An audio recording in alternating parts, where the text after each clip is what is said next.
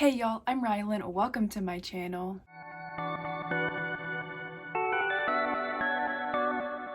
In today's video, I'm going to be doing 3 short book reviews for a couple of NetGalley books that I have read recently. I am not afraid to give books poor ratings if I don't enjoy them, but recently I have been really enjoying the books that I've been picking up. So in today's video, I'm going to be reviewing 2 5-star reads and then one-star read just to kind of mix it up a little bit. But I have actually been really loving the NetGalley books I've read recently. They're just one anomaly to that. But let's go ahead and just dive right into these reviews. I'm hoping this video isn't super long. I just want to give enough information to pique interest, especially for the one book that hasn't yet been released but is going to be released early next year. The first book that I'm going to be reviewing is The Golden Couple by Greer Hendricks and Sarah Buchanan. This is a very popular thriller author duo, and I've heard their books are really great. This is the first one that I read by them, but I gave this book 5 stars. This book is currently set to be published on March 8th, 2022, so it will be out on shelves in just a couple of months. The Golden Couple is a thriller about this couple named Marissa and Matthew who have been having problems in their marriage recently, and they seek the help of an ex-therapist whose name is Avery. She lost her license for the way that she conducted her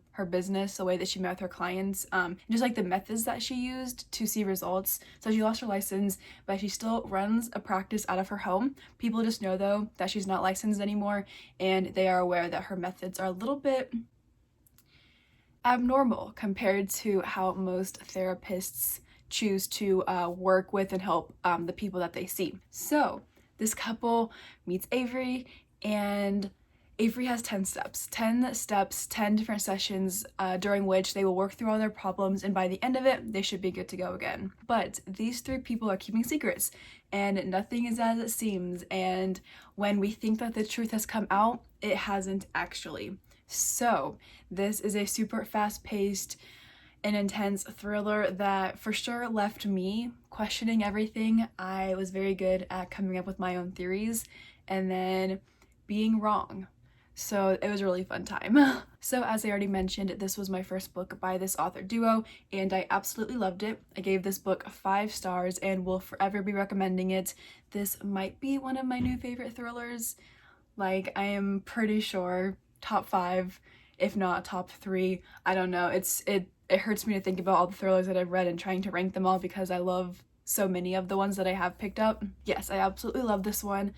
This was a book that I read in less than 12 hours. I started it in the afternoon and finished it by 11 o'clock that same day. So I definitely was sucked in from the very beginning. I don't tend to binge books very often because I usually read more than one book at once. So I'm always rotating between them and making sure that I reach certain percentages or page numbers per day just so I can keep up with all the books that I'm reading, because I like to do a mix of NetGalley and library books and physical books and ARCs and everything like that. So picked this one up and read it in basically one sitting, maybe 2, because I did take a break for a little bit during that day. So absolutely love this one. I wouldn't say that this was a super action-packed story, but each chapter, each moment built upon each other in a way that left me completely captivated. As I already mentioned, I made my own theories about what was going on, and I was wrong every single time. And I personally love when that happens because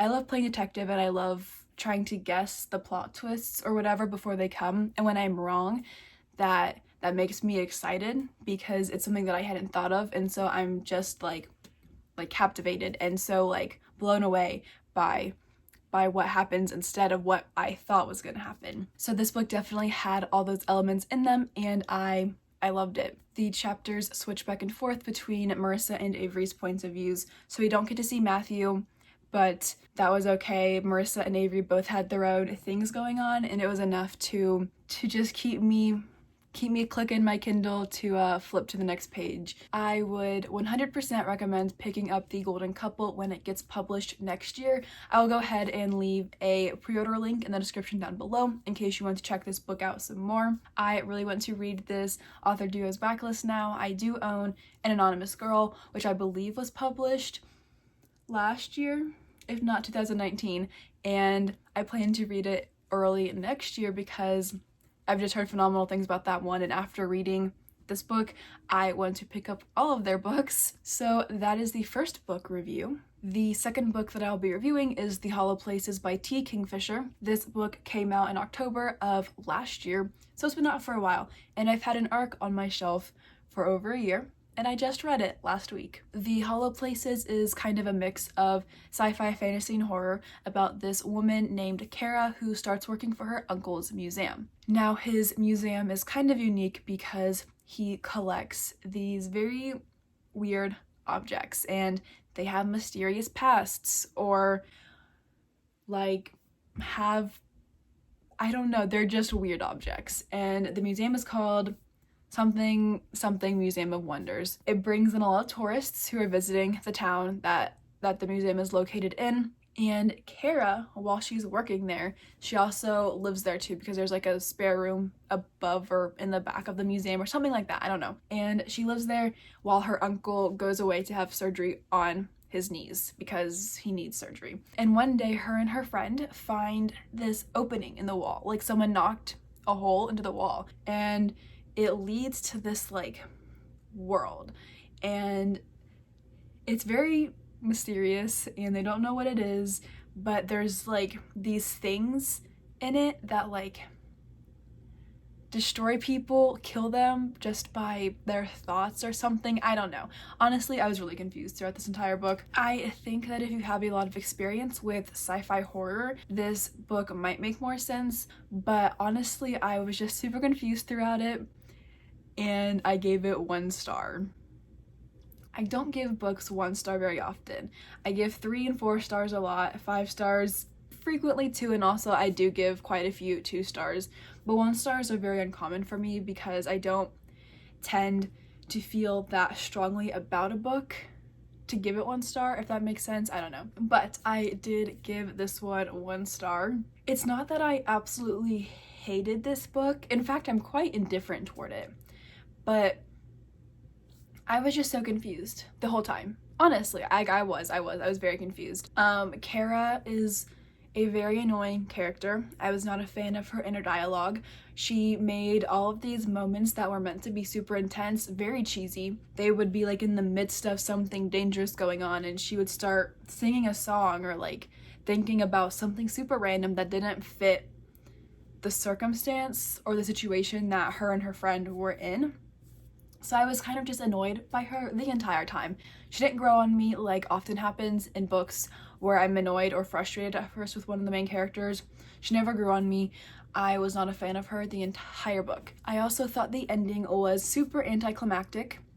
It didn't fit with the vibe that I thought the rest of the story was trying to create. I'm not gonna spoil anything because I do want this video to be non-spoiler, but I just was very let down by the way that it ended, and I might have given it 2 stars if it wasn't for how it ended, but I was just like, what's the point, I guess? And I guess that's probably why I gave it 1 star, because I just felt so like, I felt nothing toward the book.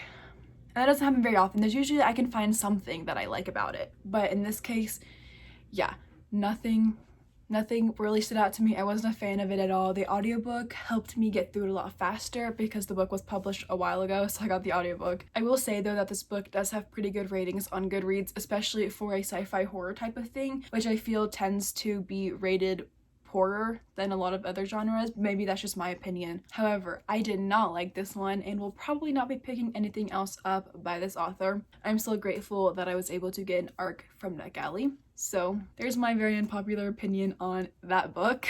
Now, to end this video on a more positive note, maybe a sad note because of what I'll be talking about, I'll be reviewing You've Reached Sam. This book was published on November 9th and has been very popular since its release date. I have had several friends struggle to find their own copies of the book because it has been sold out everywhere. You've Reached Sam is a debut young adult contemporary novel about this girl named Julie who is a senior in high school, and she has recently lost her boyfriend Sam to a car accident. So he has recently passed away when the book starts. Julie is really struggling with Sam's death, so one day she decides to call him and just be able to hear his voicemail one more time.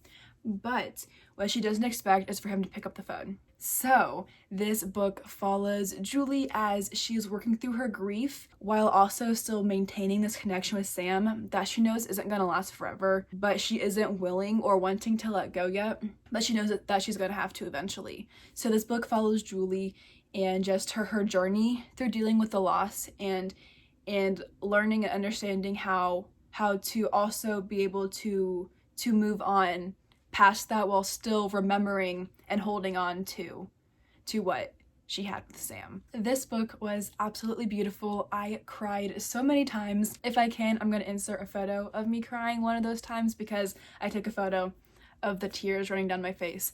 But this book just touched my heart in a way that not a lot of books have. I was nervous going into it because I knew that this was going to be a sad book. I had been seeing it posted on Instagram in the weeks after it had been published. I had not yet picked up my arc of it. I held off because I was nervous. I was terrified. I tend to put too much hope into books that are hyped up. So I was nervous for that reason. But I was also nervous because I knew that it was going to hurt me physically. I knew that it was going to be hard to read. But I finally picked it up. And I'm so glad I did. I have not personally lost somebody this close in my life. But my heart still hurt so bad for Julie that I felt that I was in the story with her, going right along with her through these same exact situations. I could not get this book out of my head when I was reading it. When I would put it down, it would just be sitting on my mind, and it's one that I definitely will not forget anytime soon.